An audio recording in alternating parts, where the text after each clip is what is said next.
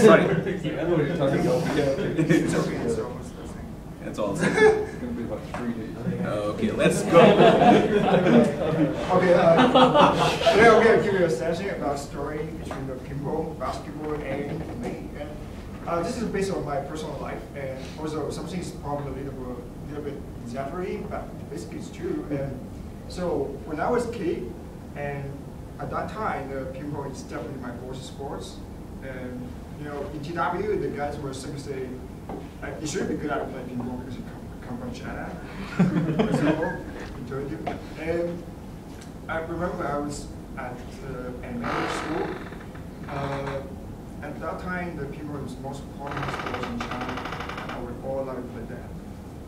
I was pretty terrible at that time, and terrific at high school, and back to be terrible at college. Because I played, at that time I played the pinball in China, I played the cricket. It's a joke. I remember last week, somewhere I went to the office, I see the guys playing the pinball, and I see, pinball, huh? Let's kick the ass. And then I just joined them and play with it, and it turns out it's pretty good. Actually, they kicked someone's ass, my ass a little bit. And they asked me, say, you guys used to play pinball? I say, yeah, nope. I used to play cricket, not pinball. So, and he was he was surprised. He said, "Oh my God, you guys are pretty good, super gifted. So no wonder you guys just dominated the pinball world." This is the basic story before the 16, and then I went to high school. I remember one day I was playing the pinball, and the pinball table was next to the basketball court, and the coming guy was a basketball, probably. Was a good body shape, just like Kai, but it's 4 feet tall. And he said, hey, girls, you should try basketball. It's a joke again. I was wondering, I'm confused to say, does it because I play the pinball way better than you play the basketball, and you are so tall that you can barely touch the pinball table? And he's like very happy and say, hey, girl, be a man. I was confused to say, so what? So I can get one discount, one rupee discount, or saving for that? It's a joke. And he's like very he's totally pissed off, and he say, if you want to agree with me, I said, so what? He said like, so you know my shifu, Bruce Lee? What the hell? Do you know the discussion? And he said, if you want to raise me, you gotta hurry to read it back. But then I would say, no problem, sir.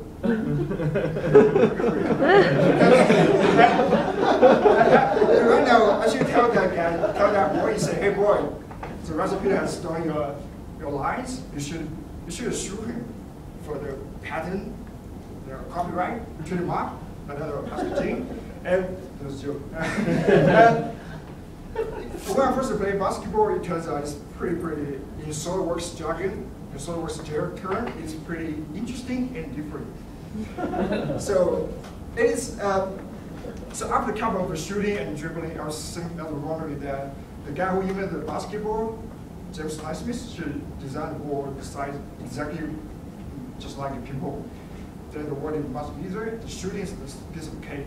So I'm probably the best dribbler in the world because no one can dribble pinball ball better than me. And then I come to the college. At that time, my class only had 28 students. 4 of them are girls, which sadly well describes the situation in TW. I mean, if you count the trainers, 1, 2, 3, it's still 8. I mean, it's still out of proportion. I remember there was the school held a school network basketball competition. Yeah, I know. I'm wasting my time. It's over? It's over. Ages back. No, you see, he stayed here. That's very clever. But let's do this. Let's complete maybe 3 minutes, a couple of 2 minutes. Let's do this. Let's do this. It's breaking the rules of Pecha. It wasn't breaking. It wasn't breaking. You show a video. It's also breaking the rules. Yeah. So there was a school level basketball competition. I finally get a chance to be selected as a point guard. And we have been through a lot of games, very, very tough games. We finally won the second. It was pretty good, pretty good. I remember there was a fast break. There was a fast break. I was the last one in our half, and there was a guy, huge guy, dribbling the ball to our half, which is one-on-one situation right now.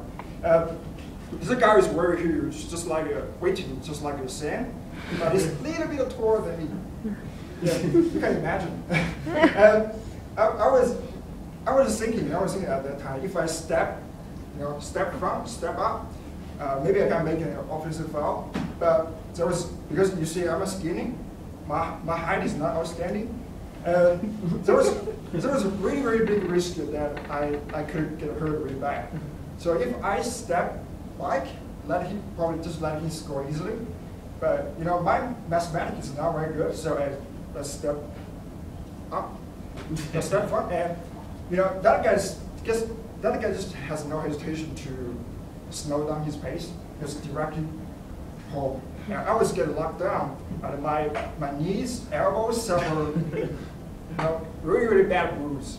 But I still hang on, and we won that game. So here's a big thing. I think I learned from that is you never set a limit for yourself. Even in most of the situations, your opponent seems way bigger, way stronger than you, and it seems like unbeatable. But you never know until you try it. You never know how much power you got until you try it. You must face it. So even though in most of the situations, in most of the cases, you know, you try your best, but you failed real badly. But never mind.